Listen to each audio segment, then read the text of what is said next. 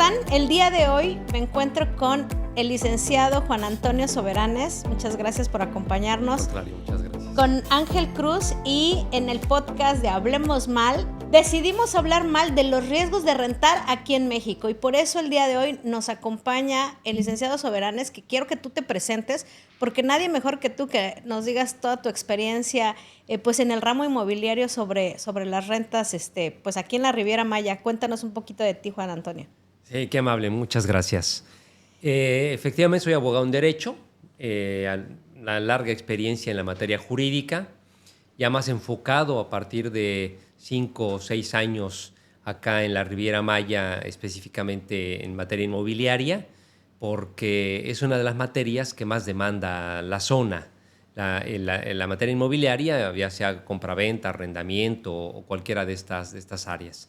Y independiente de que en el despacho, que tenemos un despacho jurídico, nosotros nos dedicamos al litigio, a la asesoría en materia civil, familiar, laboral, en fin, pero finalmente creo que lo que más demanda la zona es la materia inmobiliaria.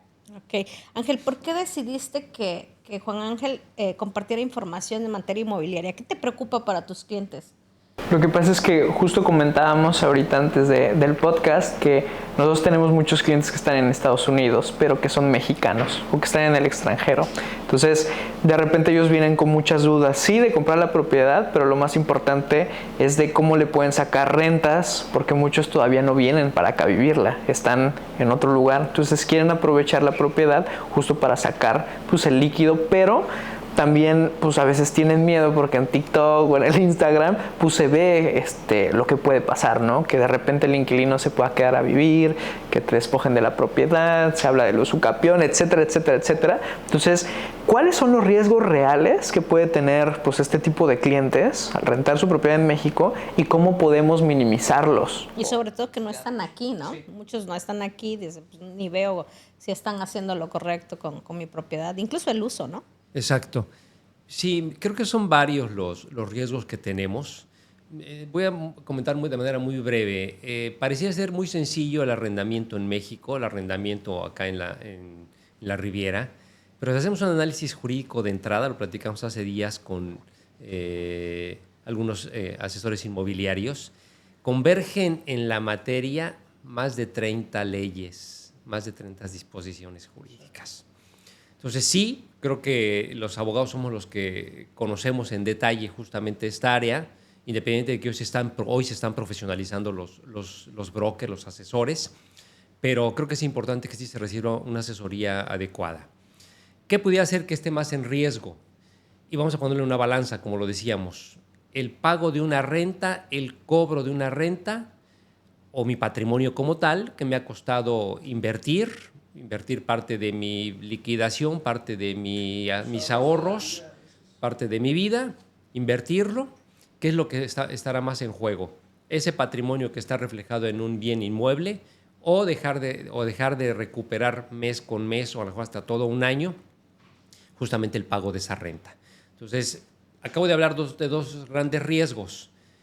Puede ser que el inquilino de manera circunstancial se retrase por el pago porque dejó de trabajar, porque lo despidieron del trabajo, porque tuvo algún imprevisto, que es muy importante lo que voy a comentar ahora, y dejó de pagar, y a lo mejor pudo haber dejado de pagar durante todo el contrato. Finalmente, ahí diríamos, vamos a pedir que el señor nos lo pague, vamos a demandarle. Pues sí lo podemos recuperar, pero el señor sigue adentro de la casa. Y entonces creo que el valor más importante en un arrendamiento justamente es ese, el preservar, el mantener, el recuperar el dominio, la posesión del inmueble, de mucha más trascendencia que el propio cobro de un porcentaje mínimo, incluso yo diría, de razón del valor del valor del inmueble. Fíjate que a mí me pasó, como ya muy particular, con un tema personal. Mi mamá dio a rentar su casa y de repente pues el inquilino se le atrasaba, pero daba más problemas. Y cuando se tocaba como renovar el contrato, fueron de las personas que dicen, prefiero no estar ganando esa rentita, pero quítate de problemas, ¿no? Porque después para sacarlos pues es un tremendo problema cuando no haces contratos que te protejan. ¿Esos riesgos de los que nos estás hablando se protegen solo con un contrato? No, creo que hay cosas mucho más profundas. mucho más profundas que es importante que nosotros analicemos. Mira, nosotros en el despacho, parte de lo que nos dedicamos a través de una franquicia, justamente es esto, el vender pólizas jurídicas o pólizas de renta para que el propietario esté más tranquilo en razón de lo que está haciendo, con una garantía. Yo podría asegurar que casi del 100% de que las cosas van a resultar como deben de ser. Pero creo que aquí, como decían las abuelitas, lo que empieza bien termina bien. Y entonces nosotros creemos que también un enorme riesgo, el principal, es a quién le estás rentando. ¿Cuál es el perfil de la persona a la que le estás rentando? ¿A qué se dedica esta persona? Un detalle muy importante, hace rato hablábamos de la ley de extinción de dominio, pero no hemos hablado del dinero de procedencia ilícita con el que se paga la renta, ¿no?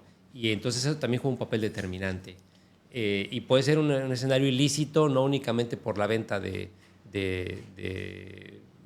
cosas ilegales, sino porque a lo mejor lo tiene ahorrado. Yo le decía a un alumno en la universidad, Anáhuac, le decía yo, tu abuelito te regaló 3 millones de pesos que tenía en la caja fuerte, ahora es un problema. Bancarízalo, ahora transparéntalo, porque lo primero que va a hacer la banca va a decir de dónde sacaste este dinero y tendrá que reportarlo a la unidad de inteligencia financiera. Es decir, tener dinero en cash es un problema que se puede interpretar como un acto ilícito, ¿correcto? Así es, dinero de procedencia ilícita, efectivamente. ¿Qué otro riesgo? Porque a veces no solo es que no te pague la renta, ¿no? O sea, justo si le rentas a la persona equivocada, ¿hasta qué punto puede escalar ese problema o esa mala decisión?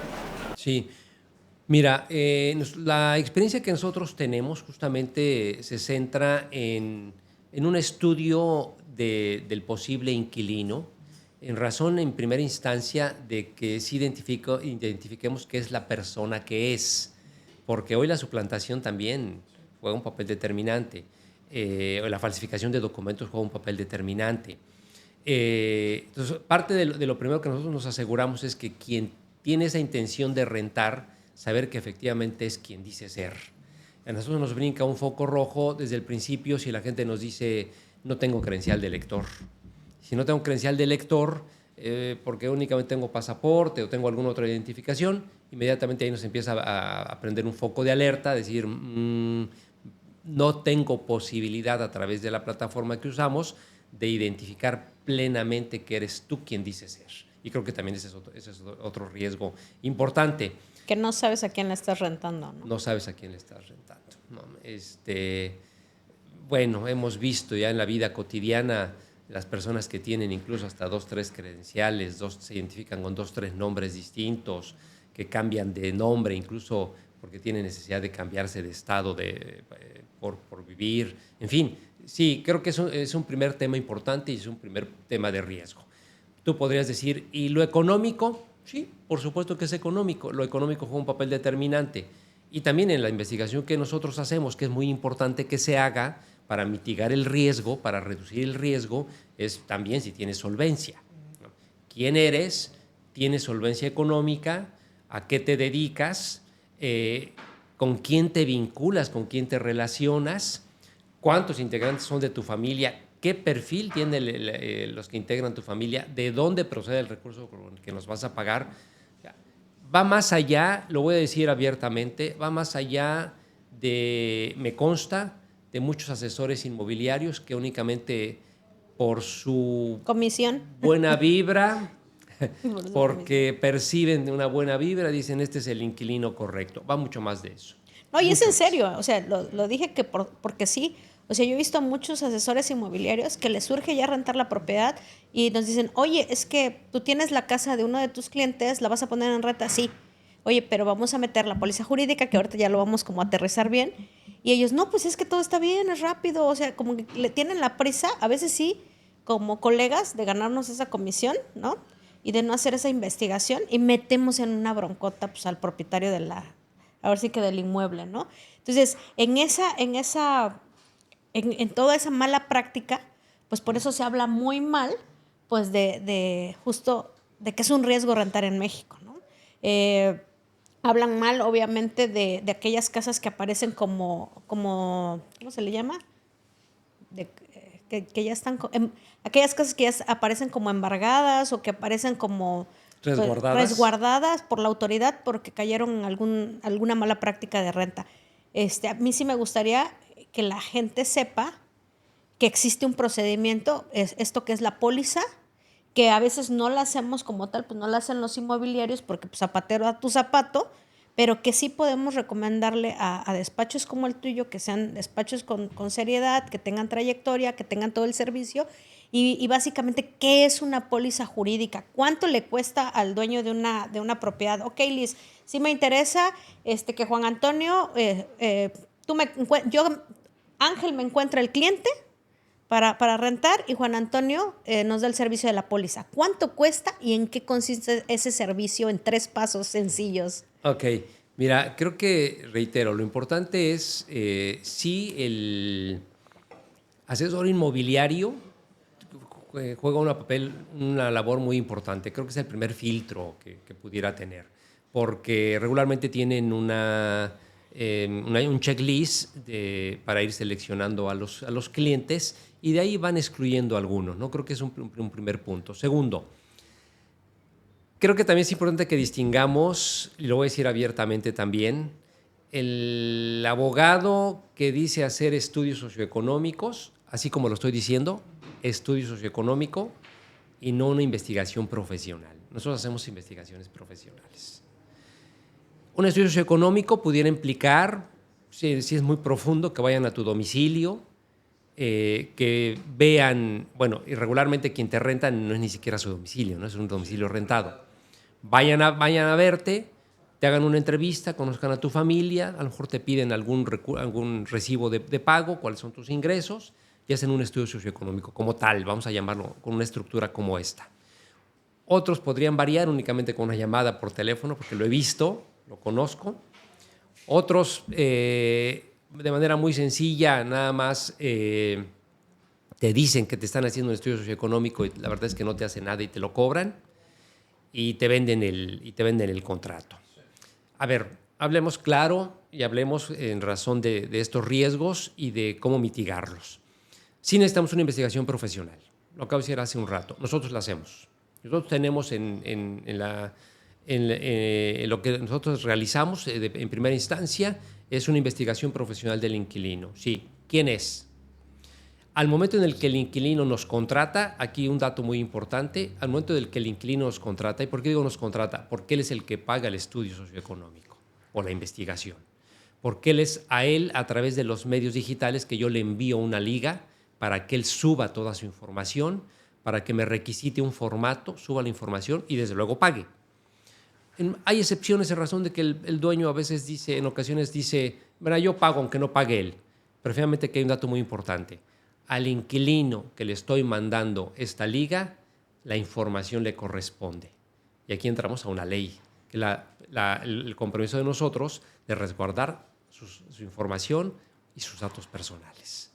Él paga, esa información es de él, pero automáticamente nosotros tenemos posibilidad de poderla ver. Y dentro de ello, lo dije hace un rato, empezamos por una identificación, seguimos al momento que está llenando de manera digital, se tiene que tomar un selfie porque le hacen el biomédico, ¿no? los rasgos físicos, una ubicación geográfica también en dónde está, y desde ahí empezamos nosotros a revisar a esta persona. Esta información nos arroja si es profesionista, si no es profesionista, de dónde estudió, qué títulos tiene. Nos dice si trabajó para alguien, si tuvo en alguna, ya sea dependencia de gobierno o con un particular, si cotizó en el IMSS, si tiene créditos IMSS. Nos dice, en cuestiones bancarias, también nos dice sobre sus 3 estados de cuenta, este equilibrio entre sus ingresos contra sus egresos. Nos habla del SAT, nos dice si debe en el SAT, nos dice si está boletinado en el SAT, nos dice si el SAT lo tiene considerado como una persona ya que no encuentra o no localizable. También nos arroja información de bases de datos de juzgados o jurídicas, si tiene alguna demanda de pensión alimenticia, mercantil, de la que fuere, si es laboral, civil, penal, de cualquiera, nos arroja la información. Nos arroja información también de datos internacionales, de listas negras internacionales, como lo decíamos hace rato, si está buscado por alguna autoridad, si está perseguido por alguna autoridad, válgame la expresión. Nos dice también información del buró de crédito y cuánto tiempo tiene sin que en su retraso de pago, si va al corriente. Nos dice de manera puntual de cuánto es su deuda, de cuánto es su crédito, si tiene un crédito, si ha pagado incluso al propio gobierno, si tiene deudas con el gobierno. Simple y sencillamente recordemos que hay estados de la República en donde nosotros tramitamos las placas a nuestro nombre del auto y en automático nos llega a nuestra casa la notificación de que tenemos que pagar la tenencia. Eso también nos aparece en el estudio que nosotros estamos realizando. Es un estudio, como ustedes lo ven, lo platico aquí de manera sencilla, pero al momento que nosotros lo vemos, porque somos los encargados de hacer la revisión, y el propio inquilino o interesado lo ve, a veces a ellos mismos les sorprende la cantidad de información que se tiene. No podemos dársela a nadie, pero nosotros al propietario le damos una radiografía. Encontramos esto. Este es el primer dato que nosotros tenemos para medir el nivel de riesgo. En este dato le decimos al cliente, es confiable. Tenemos certeza de que donde ha rentado ha pagado, que no ha dejado de pagar, que ha entregado en tiempo y forma, que ha respetado los contratos, los ha cumplido, en fin, trae un muy buen antecedente. Y es un cliente de 100. Ese se le renta, pero casi a ciegas, ¿no? Pero de ahí hacia abajo, no todos tienen el 100 y ahí podemos empezar a contar. Y cualquier detalle que varíe en razón de lo que yo les estoy comentando, el score empieza a bajar. Un 80, un 90 y me voy a ir hasta abajo ahora. Si nosotros vemos a un inquilino que tiene riesgos de más del 50%, porque la información que nos dio no es verídica, porque detectamos que incluso hasta en los propios estados de cuenta nos damos cuenta si paga o no paga impuestos, si su dinero, de qué manera está depositado, de qué manera está trabajado. Si nos vemos un inquilino de riesgo, la recomendación es, con un 50%, no le rentes. No le rentes, no te metas en problemas. No te metas en problemas. Pudiéramos mitigarlo entre un 50 y un 100, me voy a ir a un 55-60 y lo que se vio hace rato. Sí, garantía muy importante, una fianza. Una fianza a través de una agencia afianzadora que tienen permiso legalmente por la autoridad, por la Comisión Nacional Bancaria. Sí, se le dice tiene que ser únicamente con esta fianza y desde luego que ahí va a jugar un papel determinante porque nadie la va a aceptar o la aceptan muy pocos porque tienen que dejar un bien, un inmueble en garantía.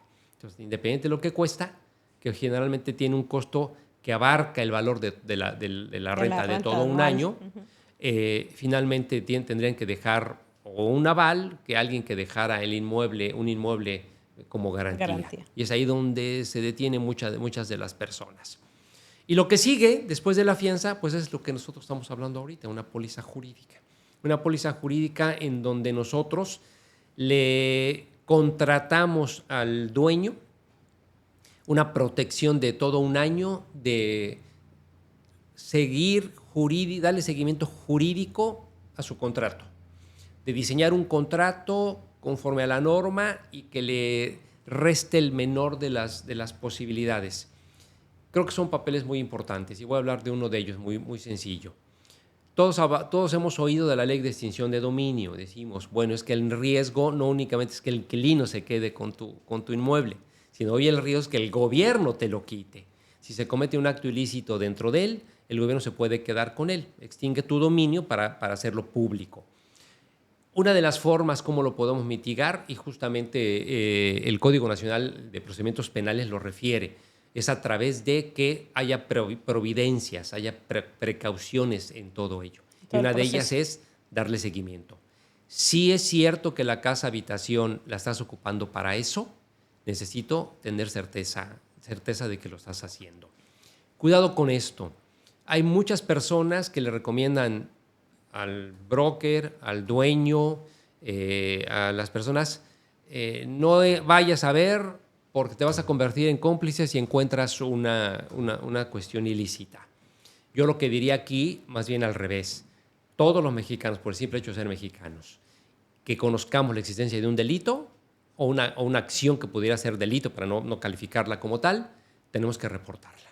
Máxime, si en este momento nosotros tenemos bajo nuestro resguardo un inmueble, máxime, si nosotros estamos comprometidos con el dueño, máxime, estamos jugando el papel importante de que el dueño está jugando un patrimonio, una de las cláusulas que nosotros incorporamos es justamente que el inquilino nos permita estar haciendo visitas permanentes o periódicas para cerciorarnos que el uso por el que contratamos se está cumpliendo.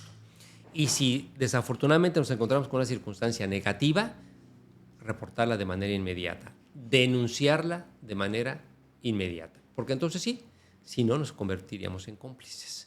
Y no únicamente nos convertiríamos en cómplices. El día de mañana que la autoridad tenga conocimiento, pues lo que va a proceder es que, además de cómplices, nos van a quitar el inmueble. Sí, eso sí lo he visto muchas veces. He visto que en el contrato establece el dueño, bueno, en este caso póliza jurídica, las visitas y en este caso con Casa Cruz, cuando nosotros administramos un inmueble, los propietarios nos designan para poder ir, porque pues ellos justo volvemos a los clientes que no están aquí, que viven en Estados Unidos.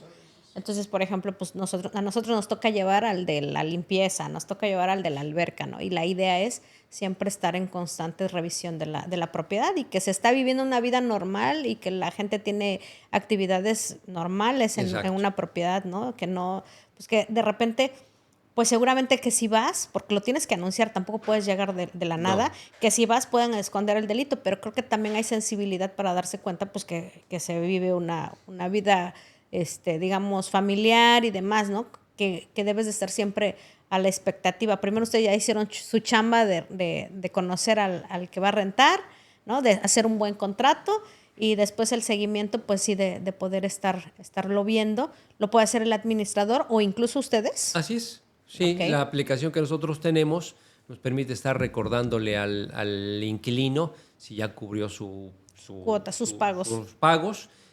Al dueño si hay alguna incidencia, que nos reporte alguna incidencia, o al revés incluso, porque también nos hemos topado con dueños que poco apoyan, que el inmueble está en malas condiciones, que no atienden incluso algún llamado del inquilino para que les repare algo que es de fondo, algo de trascendencia, o sea, también lo hay. Entonces, la plataforma que nosotros tenemos también tiene esa posibilidad y nosotros mismos de poderlo hacer para asegurar. Pero aquí creo que el dato es muy importante. Si nosotros desde que hacemos la entrevista al inquilino, él sabe la profundidad de lo que estamos haciendo y el momento en que le presentamos el contrato donde aparece una cláusula que dice que vamos a hacer la visita, dice que no, pues bueno, evidentemente estamos ya con un foco rojo doble de que no es la persona indicada. Creo que aquí tenemos que ser muy observadores tanto de la información que tenemos como del propio proceder del inquilino, de la persona. Alguien podría decir ser psicólogos, bueno, yo diría ser observador, ¿no? Y al ser observador nos podemos dar cuenta de detalles como estos. Esta cláusula no me gusta, esta cláusula quítala. Entonces, finalmente, creo que el escenario, aunque no sea un contrato de adhesión, recordemos que incluso hoy los contratos de arrendamiento también los puede dictaminar la Profeco, y que muchos los utilizan, aunque por regla, por disposición jurídica, es una relación civil, es una relación entre privados, entre particulares, que podrían estar o no dictaminado por la Profeco, pero más bien la dictaminación de Profeco es para que se tenga certeza de que está cumpliendo con la normatividad, de que está cumpliendo con los requisitos básicos. Esto que te voy a preguntar siempre me ha causado un poquito de dudas. Algunos abogados recomiendan que el contrato de renta lleve especificado que se van a elaborar pagarés para digamos, para que uno a uno se vayan entregando conforme va pagando las rentas. Otros abogados te dicen no. O sea, vamos a separar los pagarés, pero no los contemplamos en el contrato. ¿Qué tan cierto es que si tú no los contemplas en el contrato, tú puedas demandar de manera mercantil el cobro de los pagarés independientemente de la renta, porque si no, no puedes demandar el cobro mercantil? ¿Qué tanto es cierto esto? Sí, son dos naturalezas distintas del documento del contrato de arrendamiento y del pagaré, que lo regula justamente el Código de Comercio, es un documento mercantil y subsiste por su propia existencia.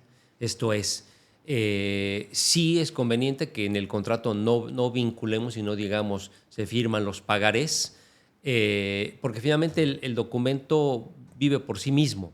Esto es, nosotros, si lo que queremos garantizar es el pago de la renta, bueno, pues hacemos unos pagarés, ¿no? Los suscribimos. Ahora recordemos que el pagaré se firma 1 de 2, de 3, de 5, de 12.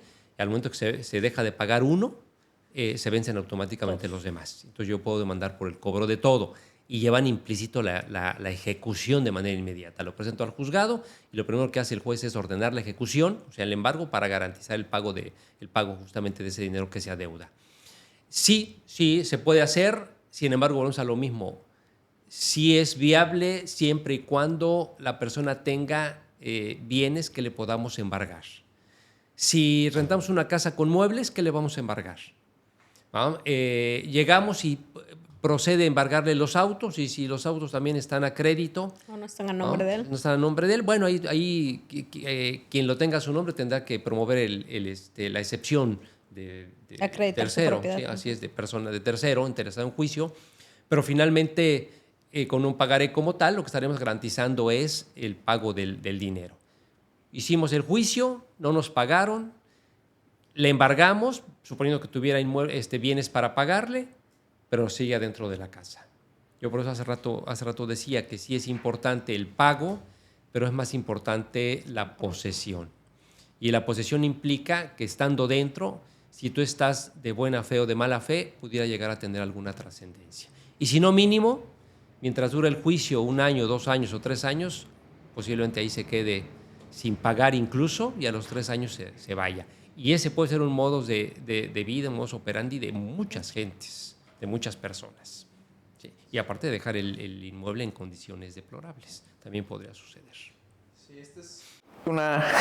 igual esta es una pregunta como ahí que de repente se ve mucho en redes, que te dicen, si alguien se queda con la propiedad, pues córtale la luz para que se salgan, o dile a unos policías que te ayuden a sacarlos y demás. ¿Esto puede ser contraproducente para el arrendador, por ejemplo? Sí, desde luego.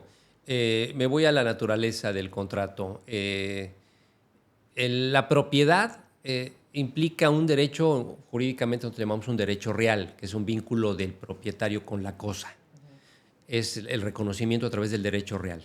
Lo que tú haces cuando rentas, justamente estás cediendo parte de ese derecho real al momento que dices, úsalo, disfrútalo, pero no dispongas de él.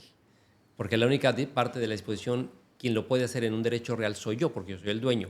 Tú nada más puedes usarlo, disfrutarlo también. Cuando digo disfrutarlo, ahí implica un término de que disfrutes incluso, te beneficies con los frutos mismos. Subarrendar. Pero no es subarrendar, exactamente, no es subarrendar. Cuando dije frutos, es que bueno, rentamos una huerta de aguacates y pues, entonces el producto se puede comercializar. Entonces, creo que ahí está el tema importante en lo que tú me comentabas, de separarlo. El propietario finalmente ejerce este derecho real y siempre va a tener el derecho de disposición.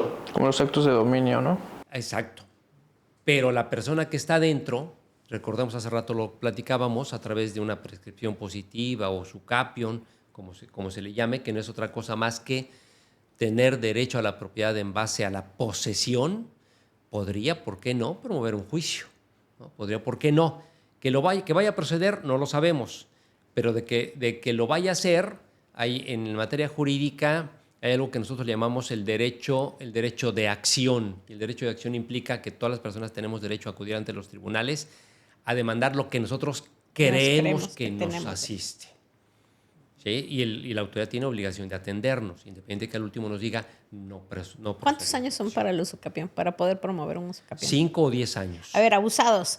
¿Qué significa? Que si tú rentas un inmueble por 5 o una persona habita tu propiedad por más de 5 años, puede creerse con ese derecho, irse a juicio y quitarte la propiedad porque ya tiene el derecho de uso. Puede creerse. Sí puede creerse que así es. O sea, entonces tú crees que no es recomendable que a la misma persona se le haga un contrato tan largo. Por eso Así se es. recomiendan contratos de año con año. Aguas. Si ya llevas 3, si ya llevas 4, lo más recomendable, aunque sea un muy buen inquilino, es cambiarlo. Así es. Sí, la propia ley nos dice cuando son contratos de multianuales que incluso los registremos en el registro. Okay. Sí, eso sí no los dice. Pero sí, la sugerencia es uno a uno. Y algo muy importante, cumplir con lo que la ley dice. Si la ley dice el dueño ya no va a querer rentarle, la ley prescribe tiempos. 30 días antes tendrás que decirle que ya no Que te ya quiero no. rentar. Porque si no se sigue. Porque si no se sigue. ¿Y si tienes que cambiar de propietario o con que tengas diferentes contratos, por ejemplo, anuales, y lo vas renovando? Habría que renovarlos. Yo lo que sugiero es que con 30 días de anticipación, previo a caer en este supuesto de la ley, pues, vamos a seguir rondando, empezamos las negociaciones para que previo a que se cumplan estos 30 días, ya lleguemos a la fecha ya con el contrato renovado, con el nuevo contrato renovado. Y yo sugiero también una investigación, la que nosotros hacemos, que ahorita les voy a decir algo que los va a sorprender. Lleguemos con una nueva investigación porque hoy, día a día, la vida del ser humano cambia de un momento a otro. Claro. De un momento a otro cambia, por eso lo sugerimos. No es muy caro, me han preguntado algunas personas, por lo que nos platicas, seguramente esto debe ser carísimo. Bueno, sí, si lo consideramos en razón de que para tramitar un crédito bancario tienes que vamos a hacer una investigación y esto es muy profundo y cuesta muy caro, pues nos imaginamos que esto es muy gravoso. No. Nosotros cobramos, dependiendo si hay un broker o no hay un broker, 1,300 pesos por la investigación. Cuando digo si hay un broker o un asesor inmobiliario, es porque le damos una pequeña comisión para que él acerque al cliente. Pero si es el cliente directamente, pues tiene otro costo. Entonces, ¿Casa Cruz cuánto va a cobrar? Pues sin comisión. No, es que sin comisión lo que nosotros queremos es que No queremos la comisión, sino queremos que se les dé buena atención. Exactamente. Y mira, si lo analizas desde en verdad me halaga este tipo de comentarios, porque si yo digo que al asesor inmobiliario le doy 500 pesos, pues puede ser que algún asesor inmobiliario diga, a ver, 500 pesos sí me sirven para la gasolina, etcétera, pero yo prefiero mejor el servicio, la garantía de mi que tus cliente clientes y demás, también. ¿no? Hay algo que se habla mucho, o incluso jugando, los derechos de los inquilinos. Por ejemplo, algunos clientes me dicen, no, en Estados Unidos parece que los inquilinos tienen más derechos que los propietarios. Entonces, ¿cuáles son esos derechos aquí en México que los inquilinos ostentan y que tienen que saber los que quieren comprar acá y que quieren poner a rentar la propiedad? Los derechos del inquilino, ya al momento que está. Bueno, lo primero es que tiene que estar salubre la vivienda, ¿no? Tiene que estar en buenas condiciones, porque ese es un dato muy importante, se le tiene que entregar en buenas condiciones de entrada. Segundo, cualquier incidencia que se presente que sea trascendente, reportarla inmediatamente al dueño. Y si el dueño no lo hace, ahí hay otro escenario, el hacerlo y a cuenta de ello cobrarlo, ¿no? Cobrarlo, esta circunstancia. Obviamente puede disponer de todo el inmueble y mientras esté como posesionado, ni el propio dueño puede entrar, por lo que no terminé hace rato la idea, por ese derecho real que tiene cedido por parte del propietario. El propietario no podría ni entrar, a menos que lo que platicamos, que lo autoricemos, y mucho menos llegar con un policía, porque ya incluso podría incurrir en un delito, tal vez hasta despojo. Entonces sí tiene por esa renta que paga el inquilino, por supuesto que tiene derechos. Y creo que hay uno muy importante que no hemos tocado. El derecho a recibir una factura fiscal. ¿Por qué lo digo? Porque muchos trabajan con pago en efectivo o a través de transferencia. Muchas personas que rentan sí lo utilizan para la deducción de impuestos y ahí estamos en un escenario bivalente. Tanto el que renta como el inquilino legalmente deberían de estar dados de alta en Hacienda para el pago de sus respectivos impuestos, que es otro tema que pocos dueños lo aceptan y es otro tema que pocos asesores inmobiliarios lo sugieren. Y es otro tema que en muchas ocasiones por el costo había que ver si es persona física o persona moral en razón de que se incrementa el ICR, el IVA y demás. Tampoco muchas personas lo aceptan porque dicen, si me vas a cobrar 10,000 más los impuestos, ya llegó a 25 y pues ya no le llego a esa cantidad, ¿no? Pero bueno, hay que revisarlo en el fondo. Y otra Eso vez, es lo que nosotros también como que en una segunda fase con el despacho contable también hemos recomendado que se haga todo, ¿no? Que se haga la parte legal y el principio es que te tienes que dar de alta cuando compras un inmueble y debes de pagar impuestos si empiezas a recibir rentas, ¿no? Ya la manera o la figura por la que tengas que pagar impuestos, bueno, pues eso ya será otro podcast. sí, muy importante, ¿eh? Sí, creo que sería importante que Amarrar todo. si lo hagan, sí, en verdad. Es que poca gente le ponga atención y ahí entra, es muy importante. Refiéranos un poquito más cómo hace el tema fiscal match con el tema de las rentas, con el tema legal. Mira, de manera coloquial pareciera ser que lo simple es date de alta en Hacienda para que puedas rentar y pagar tus impuestos. Esto en razón de la ley del impuesto sobre la renta, que todos tenemos obligación de, cuando recibimos, pagar estos impuestos. Alguien dice, o sea, en México pagamos por trabajar. Bueno, sí, se paga por trabajar, la ley del impuesto sobre la renta. Y la otra persona del otro lado, pues justamente es el que esa factura que se le emite le sirve para poder deducir impuestos anualmente en su momento. Uh-huh. Y también aquí es importante también ver si los contribuyentes están dados de alta en México, si viven en el extranjero, si están dados de alta en el extranjero, en fin, hay los supuestos que marca la ley del impuesto sobre la renta, la ley del IVA. Y bueno, podríamos decir un escenario como este, te doy factura, no te doy factura, estoy dado de alta, no te estoy dado de alta, en fin, tiene más trascendencia. Una persona que es sujeta de una supervisión por parte de la autoridad fiscal y que le fincan crédito fiscal, hoy está cometiendo un ilícito, fraude fiscal o defraudación fiscal. Y cualquiera podría decir, es muy sencilla. No, tiene dos vertientes. Una, que se sigue el juicio administrativo como tal, se sigue el juicio administrativo en los tribunales administrativos en esa materia, y además tienes el juicio penal. Sí, se tipificó desde el gobierno de Andrés Manuel López Obrador, se tipificó como un delito. Así, entonces son dos escenarios. Te fincan un crédito fiscal y no llegas a ningún acuerdo y no lo pagas, entonces te siguen el procedimiento administrativo, tribunales administrativos y aparte de los tribunales penales. O sea, lo voy a decir en palabras cristianas, como lo entiende la gente.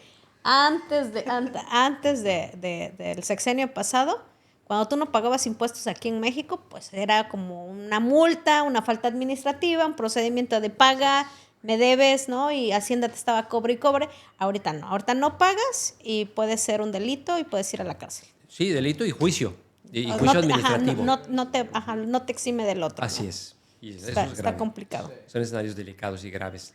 Porque puede haber, te congelan las cuentas, porque puede haber muchas cosas como estas que... Y fíjate que hay gente que dice, eso no es cierto.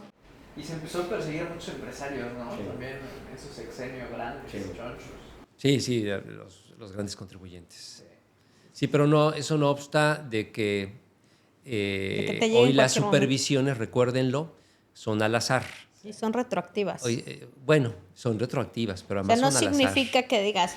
por ejemplo, ya este año ya declaré, ya la libré. No, o por ejemplo, Saúl dice, ya me voy a dar de alta en Hacienda este año. No, papá, si te llegan y te checan que hace un año, hace 2 años estuviste recibiendo dinero en tu cuenta, me vas a pagar los impuestos de todo el año pasado y del antepasado y de 5 años atrás que no me has pagado impuestos. Entonces, esto fíjate que la gente luego, cuando lo ve en los videos, y luego no me digan que no se los dije, pues dicen, no es cierto, esa señora no es... Porque pues, mi podcast es de Hablemos Mal, ¿no? Ajá. Entonces, pues sí digo cosas que a veces a la gente no le gusta escuchar y dicen, no es cierto, pues a mí no me ha llegado, yo nunca he pagado impuestos. Y dices, wow, ¿cómo? O sea, y todavía les digo, ni siquiera me creas a mí, googlea, ahí está toda la información que tenemos ya a la mano de los riesgos que tenemos el no recibir una asesoría correcta, legal, fiscal y obviamente inmobiliaria, ¿no? Claro.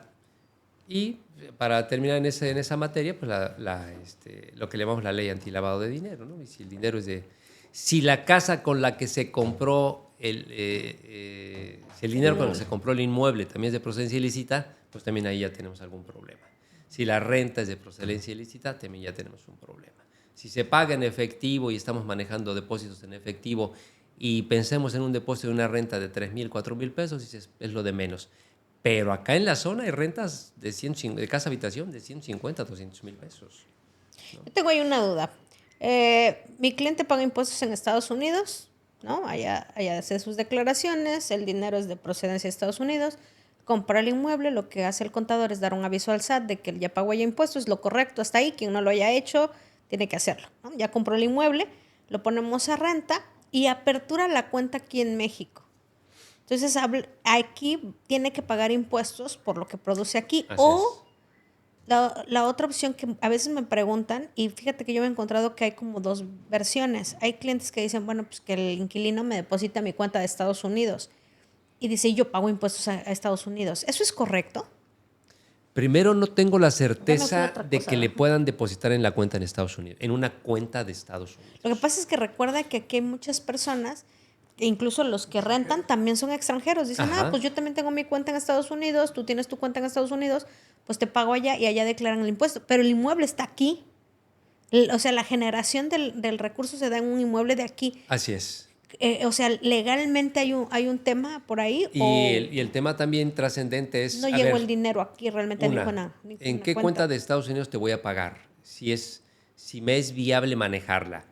Esto es, no voy a decir un banco Bancomer, no voy a decir un banco, un Scotian, no voy a decir que pudiera tener cadenas internacionales. Voy a decir un exclusivo de Estados Unidos. Sí, ma. Y dos, necesito además que me des mi factura. ¿Me vas a dar una factura de Estados Unidos? No, necesariamente tiene que estar dada de alta como arrendador en México. Sí, yo creo Estoy que eso es rentando bueno. en México y aquí hago todo mi mecanismo Tienen y que pago mis aperturar impuestos. su cuenta, pagan sus impuestos aquí. Ya si quieren lo mandan para allá, pero ya enteraron el impuesto aquí. Lo tendrían que enterar allá. Sobre Exacto. todo porque en el contrato, si bien especificado, en un contrato de renta, sí se especifica a qué cuenta de depósito vas a hacer. O sea, ya hay rastro de que esa generación de recursos aquí en México y por lo tanto tienes que pagar impuestos aquí en México. Claro. Entonces es un tema, el que estamos tocando, que no es nada sencillo. Me parece ser que para algunos es tan simple. Bueno, te pago en efectivo, deposítame en efectivo y me lo vas a llevar en mi casa y se acabó. Pero ahí hay un dato importante de los riesgos que se tienen al momento de rentar. Y no hemos tocado muchos más que en verdad todo Sí, eso es podríamos amplísimo. pasarnos aquí toda Nada más la- recordemos, yo soy generación 79-84 de la universidad. En esa época no había más que, vas a ser penalista, vas a ser civilista. No, a mí me gusta más el derecho familiar porque me gustan los divorcios, tan tan. Si alguien llegaba a tocar el tema agrario, no mucho. muchos. Fiscal, pues tampoco. Y si alguien llegaba a tocar el tema inmobiliario, lo más que traía uno en mente era, esos juicios son bien difíciles. Nadie le quería entrar. Nadie le quería entrar. Y estoy hablando de cuánto tiempo para acá, ¿no? De cuánto tiempo, de 40 años para acá. Y hoy por hoy tenemos acá incluso tribunal de extinción de dominio, acá en la península.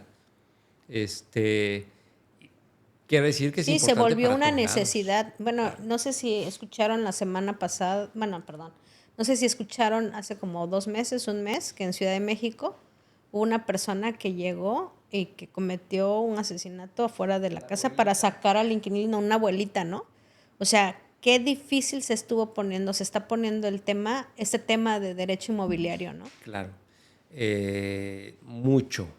En la Ciudad de México se acaba de anunciar que a los invasores los va a legalizar el Infonavit. Y eso fue esta semana.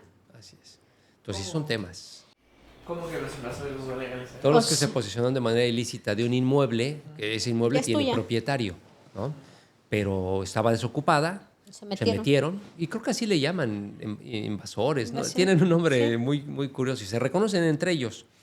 Ya el Infonavit dijo, bueno, ya tienen ahí, ya están ahí, pues entonces los vamos a Y legalizar. hasta crédito les van a dar. Exacto, y barato, vamos a vender barato. Y ahí empezamos a entrar los abogados con decir, sí, y el anterior dueño, ¿no? Y el Además, tiene la ahí hay escritura. una máxima, ¿no? O sea, tampoco es como retroactiva la ley. O sea, no puedes ahorita venir y poner una ley que va contra la de adquisición del primer dueño, ¿no? O Ah, sea, el sí. primer dueño tenía todos estos derechos, pues ahorita no puedes llegar con otra ley y llegar y quitarle esos derechos anteriores. ¿O eso Sí. se puede? Acuérdate que el 14 constitucional nos habla de la retroactividad en beneficio o irretroactividad en perjuicio. O sea, esa es la clave, O sea, la sí clave se fundamental. puede. ¿Te perjudica? No se puede. ¿Te beneficia? Sí. Ahora, ¿desde qué punto de vista? Sí, depende de la persona, ¿no? Así Porque a es. los invasores, pues les beneficia, pero al propietario le Así es. perjudica, ¿no? Y aquí, Pero qué bueno, delicado. aquí iría en primer lugar el derecho real del propietario, porque recordemos que es una parte de la garantía que el Estado tiene que dar. El Estado crea el registro público de la propiedad justamente para eso, para protegerte con efectos contra terceros. Tú dices que eres el dueño de esto, regístralo. Y si lo registraste y dices que es el dueño, entonces no hay otro dueño más que tú.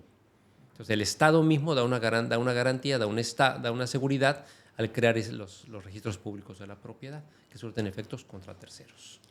Pues sí, yo creo que la clave es no abandonar las propiedades, no descuidar las propiedades. Si las vas a rentar, asumir que tiene un riesgo, pero no digamos, pues tomarlo a la ligera, ¿no? Sino prepararte, acercarte a gente. Responsabilizarte también activamente, o sea, como no pensar, porque a veces yo también digo, eso que se ve en redes sociales de compra y se va a rentar sola, los bienes inmuebles no se rentan solos. O sea, tenemos que tener responsabilidad sobre incluso lo que estamos comprando. Y también, pues eso, que tener una póliza jurídica, en los contratos también establecer visitas populares. De vez en cuando todo eso, pues a veces mucha gente no le quiere invertir porque dice, no, pues yo no estoy en México, ¿a quién le pago? Pero sí es importante que lo tengamos en cuenta. Y que sepan que sí hay personas que les pueden ayudar en eso. O sea, que realmente no significa que no es tan grande el problema porque hay personas que lo van a hacer, pero sí deben de tener toda la información en qué consiste Sí. realmente el trabajo de un despacho con una Y póliza fíjate pública. que ahorita que están refiriendo esto, inmediatamente se me vino a la mente la firma digital. También, ¿no? La firma digital que tiene que cumplir con la norma oficial mexicana, tiene que cumplir con la ley para que pueda tener validez. A pesar de que aquí en Quintana Roo no está reconocida como tal, pero hay una ley federal y hay una norma oficial mexicana.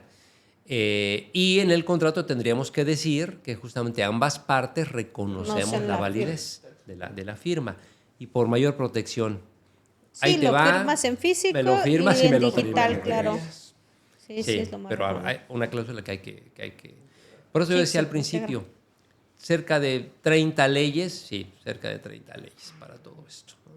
Y A mí sí me gustaría agregar nada más o preguntarte de toda la experiencia que tienes, que nos compartas un poco alguna historia de terror que te haya tocado pues arreglar, ayudarle al propietario y que también nos digas cómo lo hiciste o cómo se podría anticipar las personas que nos están escuchando este podcast para que no cometan ese error, ¿no?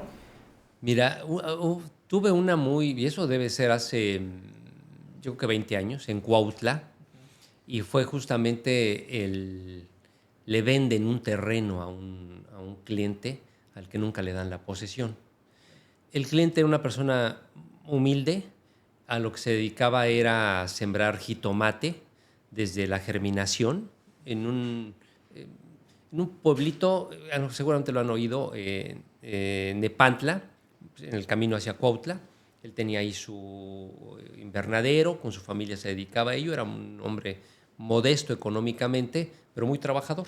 Entonces compró en Cuautla para beneficiarse y me dice, le dije, lo único que podemos hacer aquí, vamos a hacer una denuncia, porque no tenía documentos, podemos hacer una denuncia penal y por ese medio vamos a tratar de presionar a este señor. Entonces me acuerdo del apellido, que omito decirlo. Este señor fue algo muy, muy curioso porque este señor, muy callado, muy serio, muy formal conmigo, me daba la información. Tuve que buscar momentos para cumplir la orden de presentación del Ministerio Público y lo pudieran presentar. Esto es que la Policía Judicial en aquel entonces lo pudiera agarrar y pudiera presentarlo al Ministerio Público para que compareciera. Y eso nos llevó un tiempo porque tuvimos que estar revisando, tuvimos que estar viendo en qué momento. Era parte de lo que yo le encargaba a él. Le decía yo, vigílemelo, aunque no vivía en el mismo lugar, dónde anda, dónde está, pues para que podamos decir a la policía judicial está en tal lugar y pueden ir a notificarlo y si no pueden presentarlo, porque eso era lo que procedía en aquel entonces. Fue muy curioso porque llega el momento en que lo detienen, lo presentan, está atrás ahora sí que de las rejas, aunque estaba en calidad, en ese entonces no estaba la reforma penal. Y fue muy chusco porque cuando llegamos de manera inmediata, que no nos tardamos, nos tardamos un poquito porque no estábamos ahí, el señor externó un agradecimiento, pero algo que traía guardado muy en el fondo. Dijo, Liceo, no sabe qué gusto me da ver, no sé si se vaya a resolver o no me vaya a entregar o no me vaya a entregar el terreno, pero qué gusto me da verlo tras de la reja, porque este señor me gritaba, eres un indio, y no sabes ni lo que dices. Dice, no sabe cuánto me dolía eso, y lo traía yo aquí guardado, que hasta ahorita lo estoy desahogando. Y sí, finalmente sí se logró, desalojamos, que ese viene otro tema. Llegar lo que tú decías, llegar con los cargadores, con los carros y vaciar en la mayor velocidad. Era un taller mecánico y el taller mecánico estaba lleno de tornillos, de birlos, de piezas. Entonces tardamos, por más que hubiéramos quedado como medio día en desocuparlo. Pero sí, bueno, creo que lo chusco de esto fue esta parte, sí se logra, pero esta parte donde el señor siente esa satisfacción de que lo hayan ofendido, lo hayan humillado, más allá de que no le entregaban el terreno. ¿Y cuánto tiempo pasó en que se lo habían invadido y estaba así? Yo creo que fácil un año y medio. Sí. Sí, bueno, eran otras épocas, fue hace 20 años y en Cuautla pues, las condiciones eran totalmente distintas, ¿no? Como la ley de Herodes. Sí. A mí no me preguntes muchas de terror porque tengo, y ni siquiera de clientes, de la familia, ¿no? Ajá. O sea, la familia, lo que tú decías y me quedé como al final de, no sabes cómo te va a cambiar la vida de un momento a otro.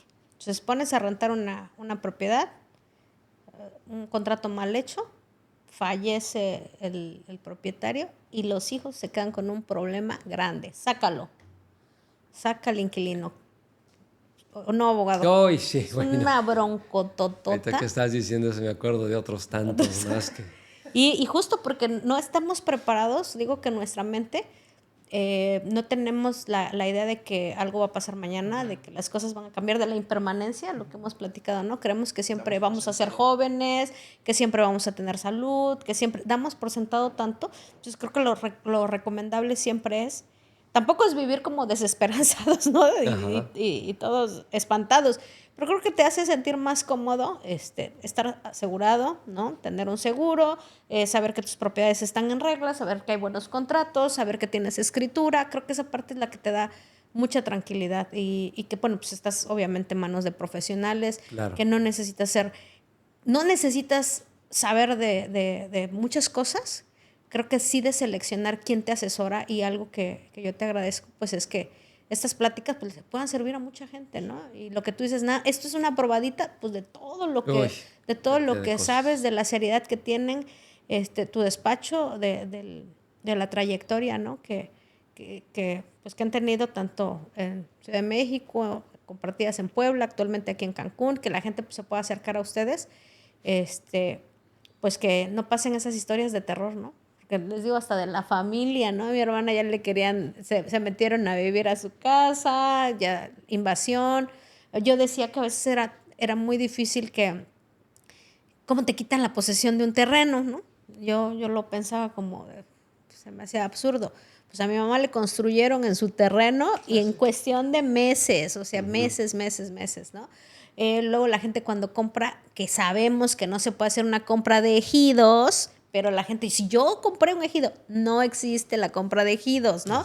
Pero bueno, se cree con los derechos de que ellos compraron, pero pues además ya llegan y le construyen la casa. ¿Cómo lo sacas cuando es un ejido? Y acá en la Riviera península, Maya, muchos ejidos te están vendiendo tierras nacionales, o sea, cuántas cuestiones legales o actos ilícitos no se cometen y todavía la gente llega y piensa, pues es que tengo un contrato, ¿no? Así es. Sí, pero es un contrato mal hecho, es un contrato viciado, es un contrato que no tiene legalidad. Sí. Sí. Fíjate que hay dos cosas. Una, ustedes que tienen clientes en Estados Unidos, allá como en España hay una materia que se llama compliance, que es cumplimiento normativo. Y justamente está encaminado a la prevención. Creo que es lo que acabas de decir ahorita. Si quien tiene intención de comprar desde la búsqueda de la casa, ¿no? Tiene intención de comprar para invertir, creo que lo primero que tiene que saber es justamente todos estos bemoles que implican tener una propiedad y después esa propiedad dedicarla a la renta, ya sea vacacional o ya sea permanente o de plazo largo, mediano largo. Y si lo hacemos de esa manera, creo que incluso dicen los especialistas de compliance, así se llama, cumplimiento normativo, sale mucho más barato invertir en eso que después remediar. Tengo un problema. Mucho más barato. Entonces sí, creo que no habría más que sentarse a cumplir con todos los lineamientos. ¿Qué es lo que tengo que hacer? ¿Qué es lo que tengo que hacer? Pues darme de alta en el IMSS, tengo que tener el inmueble en buenas condiciones, tengo que ofrecerlo conforme rentarlo conforme a la norma y el contrato, no en un escenario abusivo, al momento que me paguen la renta entregar mis facturas, no rentarlo para que lo ocupen de manera ilegal, en fin. Sí, creo que si hacen toda esta revisión de estos riesgos, y reitero, lo podemos hacer tan fácil basado en las 30 leyes que funcionan. ¿Y qué va a decir Profeco? Pues ya Profeco, ya cuando menos ya le di a conocer mi contrato, ¿no? Y me queda claro que el contrato, si es que lo metía que me lo dictaminen, me van a decir, no tienes ninguna observación porque lo hiciste conforme a la ley. Conforme a la ley. Entonces, si haces todo esto, creo que tu arrendamiento sería mucho más fácil. Independiente que yo reitero por la parte de lo que nos dedicamos. Punto medular, ¿a quién le vas a rentar? Y para eso, pues estamos nosotros. Y eso un buen perfilamiento del cliente, una buena investigación, nos disminuye increíblemente los juicios. Sí. Increíblemente nos disminuye los juicios. Entonces es una garantía. Y lo que yo le digo a los brokers, yo te cuido a tu cliente, no te lo estoy quitando porque yo no me dedico a eso, sí. Yo te lo cuido, ¿no? ¿Cómo te lo cuido? Desde el principio. Y al plazo te diré, ya va a cumplir, necesitas verlo para ver si se lo va a renovar o no, y qué es lo que tenemos que hacer, un documento para ver si vamos a renovar o no vamos a renovar, mi carta de intención de renovar, por ejemplo, ¿no? Sí, sale más barato hacer bien las cosas desde el principio, claro, que después cuando ya estás metido en un problema. Muchos abogados decían por ahí, cobran con el dolor, o por el dolor de la gente, o por los problemas.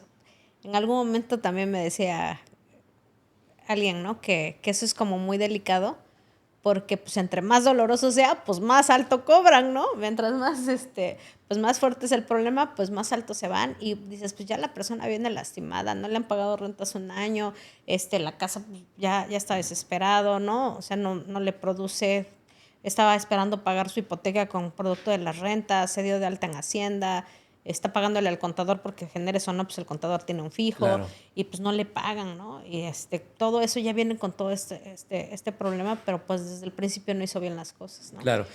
Tú tienes fianzas, tú tienes también el tema de los seguros, se tiene que rentar una propiedad y ¿tú crees que es importante que se contrate un seguro de la propiedad? Sí, muy importante.